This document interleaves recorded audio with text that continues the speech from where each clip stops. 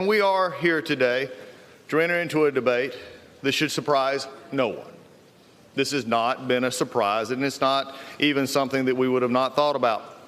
From the very moment that the majority party in this House won, the inevitability that we would be here today was only a matter of what date they would schedule it, nothing else. In fact, how it even began to look even further was on September 24th. The Speaker announced an impeachment inquiry before even seeing the call transcript that we're going to hear so much about today. You know, it's not about what this body can do and its constitutional oath. And there's been a lot of constitutional and founders thrown around and will be all day today. But there's one thing that I will mention all along, and that is also the founders were very concerned about a partisan impeachment in which politics of the majority who have their strength can do what they want to do irregardless of any facts. In fact, I've said it before and I will say it again. I do not believe, no matter what was said today and even what has been said, this is not a solemn occasion. When you go looking for something for 3 years, and especially this year since January, you ought to be excited when you found it, but they can't, because I know what is now happening. It took me last night, but I was thinking about it. Why do we keep calling this a solemn occasion when you've been wanting to do this ever since the gentleman was elected? Mr. President came forward and did what he thought fit for the American people, but yet they wanted to impeach him. And it hit me. Now I know. The reason they wanted to is now they're realizing what I told them and have been telling them for the last few weeks, that the clock and the calendar are terrible masters.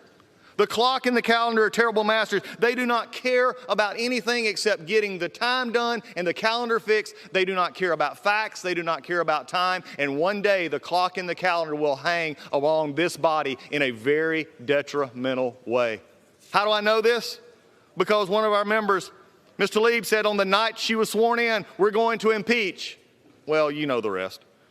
In May of 2019, Al Green said, I'm concerned if we don't impeach this president, he will get reelected. That is probably the most prescient thing said by the majority in the last year, is they said we can't beat him if we don't impeach him. There's a reason behind this impeachment.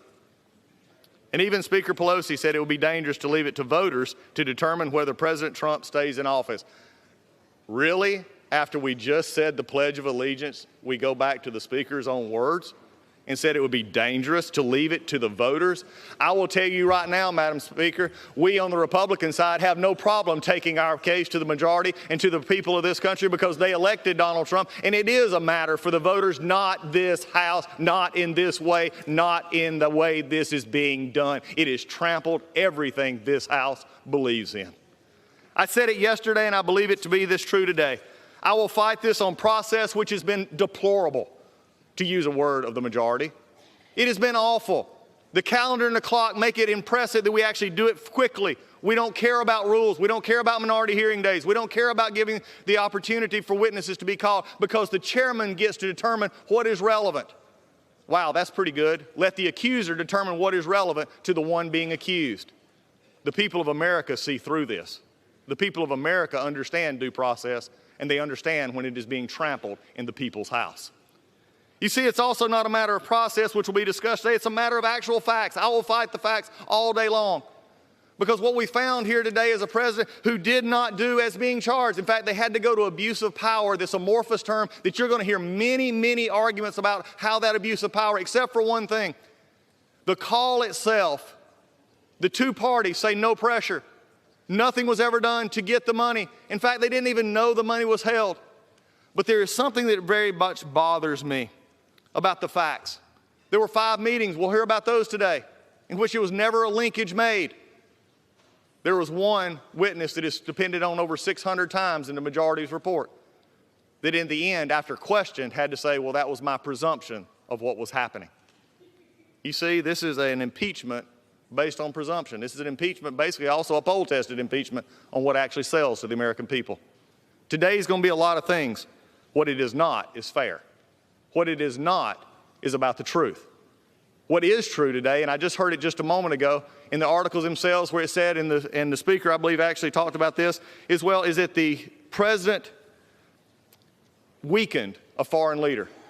You know what the truth of the matter is? Madam Speaker, the most interesting and deplorable thing that I've heard over the last few weeks is the actual attack by the majority on President Zelensky.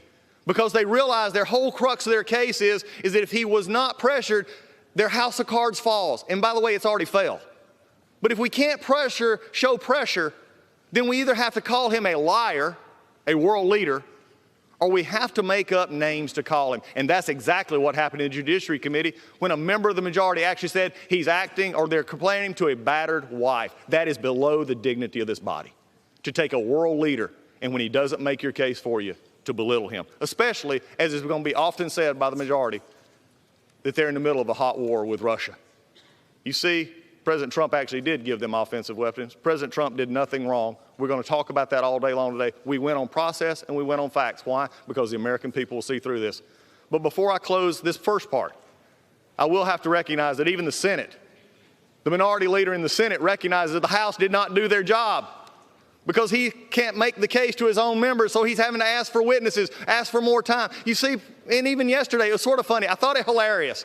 The minority leader in the Senate went out and did a press conference and said, they denied my witnesses. They denied my request. Well, welcome to the club, Mr. Schumer. That's exactly what's happened over here for the last 3 months. Amen. So today, we're going to talk a lot about impeachment. We're going to talk a lot about our president, and we're going to talk about 2 articles of impeachment.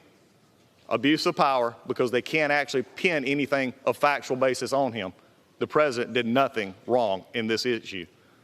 And then they're going to talk about obstruction of Congress.